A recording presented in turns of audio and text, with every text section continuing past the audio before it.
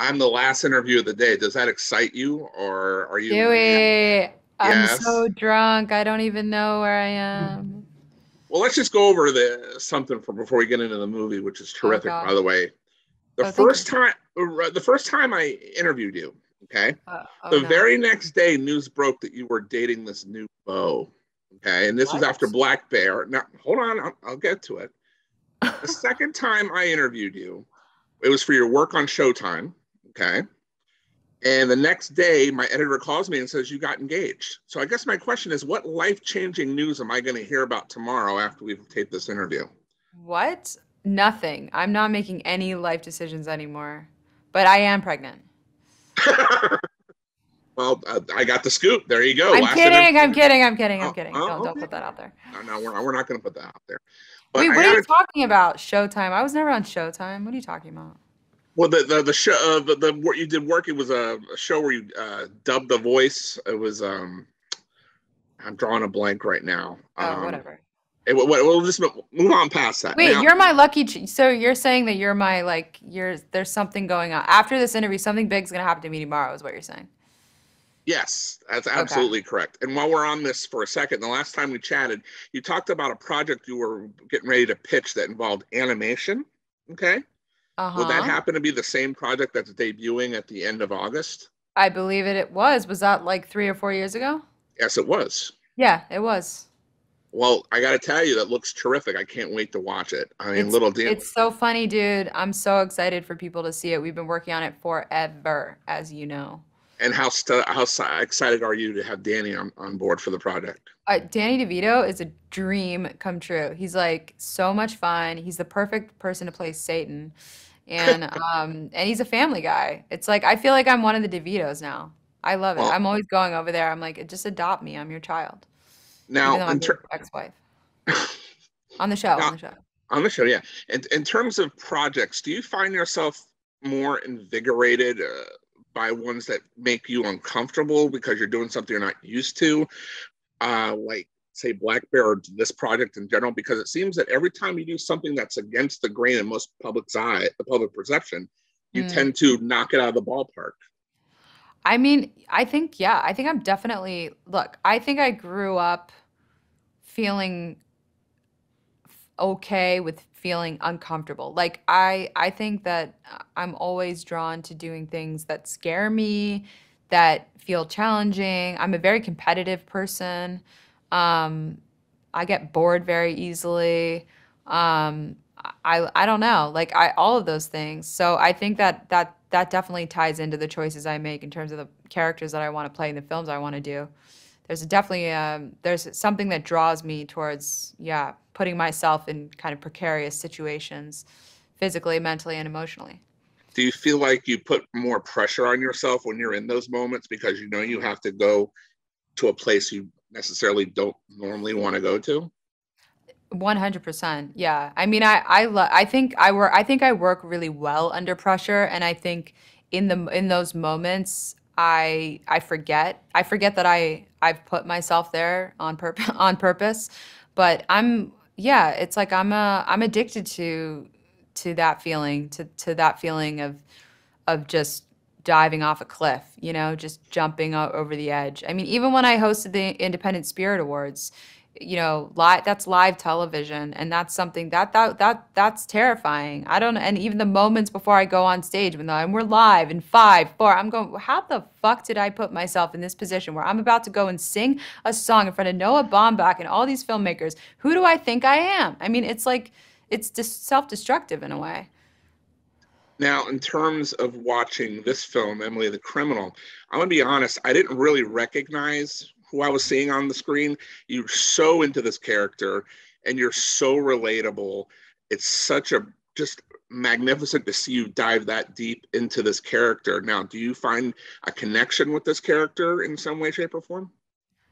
Definitely. Yeah. I mean, I relate to her. I definitely relate to her. I mean, what was so fun about this character for me reading it on the page was, okay, it's very clear that it's important for her to have this Jersey accent, this very specific kind of vibe. She's this East Coast girl that's in LA, she's fish out of water, and I don't know, it felt like an opportunity for me to really physicalize a role in a ways that maybe I haven't gotten to a lot. I mean, I have before, but not like this. And but yes, I relate to her for sure. I relate to a lot. I have to find something I relate to because I only have myself to draw on, my own experiences. So I had to, all the parts of me that are her are in there somewhere.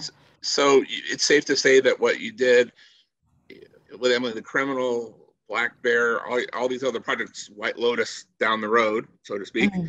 Yeah. there is a part of you that relates to each of these characters. Oh, 100%. I mean, 100%. Even Legion, where I basically got possessed by the, you know, Shadow King. It's like, look, I'll find parts of that I can relate to. I have to, because that's all I have to work with. If it Uh, has to be truthful for me. It has to feel real. I'm not satisfied unless I'm having some kind of out of body experience and gone completely mad. Now, was there a scary part of taking on this physical of a role? Because you are hitting things, you are crashing things. This is about as action packed as I've seen you in a film. Yeah, I mean, I didn't know how it was going to go down, and I think when I first read the script, I thought, as a producer, I thought, we need a bigger budget for this film to pull this off, to do it right, to do these car chase sequences, and there's set pieces in the film, even though it's an independent film, but it's written that way. That's how John wrote it. But I didn't realize how down and dirty it was going to be until day one when, the first thing I did was they put me in the car, the DP's in there with the camera, John's in the back, and they said, "All right, we're gonna get you driving around a little bit." And I said, "Okay, so you want me to drive around the corner?" And they said, "No, we're gonna get on the 10. Why don't you get on the 10 and we'll just get on the highway?" And I'm like, "On the 10?" And for people that don't live in LA, the 10 is, That's it's crazy. chaotic on the 10. And I was like, "Oh, that's how it's going to go down." So the minute we started getting on, I'm driving 80 miles an hour down the 10, I knew like, okay, it's on. Like we're going for it and this is going to be interesting. And that grittiness excites you. Yes. Why not? I mean, why not? Now, Yeah. Yeah, it does. It's like, yeah, I mean, that's why I do want to do movies. I want to put myself in dangerous scenarios. now, in terms of scene partners, you have these great scene partners in these different projects, and it continues again with Theo Rossi. How important was it to get that casting right when you guys were putting this project together? Um, so important. Casting is everything. And John and I, we took a long time to cast that part. A long time. Why? We because we weren't satisfied until we found the perfect person. We did not want to compromise any part of this film. And for me, what separates a good movie from a great movie is most of the time casting. If you can cast every part, even a part that just has one line, and you cast it with an incredible actor that's believable, then the movie works. It's when the actors, when there's uneven acting or something that it takes you out of the film. And Theo Rossi was just the guy. I knew it when we first zoomed with him, my first meeting with him. He had all the elements that worked, but more importantly, his spirit was right. He had the right mentality. He wanted to rehearse with me. He didn't have an ego. Those things matter when you're shooting because we're down in the trenches together. The circumstances are rough. We don't have a lot of money, so you have to work with people that aren't going to bitch about, not getting their whatever, their air conditioning and their lunches or whatever it is. It's like we're making a movie, no matter what your conditions are, you got to go shoot the scene. So people that don't get distracted by that stuff are okay in my book. And having the lack of egos on projects, whether it's this or other, only heightens the experience for you as a performer.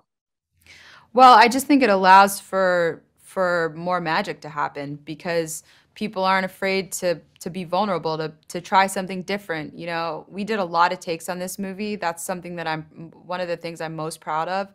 With this, we shot the movie in 21 days, Oh but shit! man, What? yeah, that's right.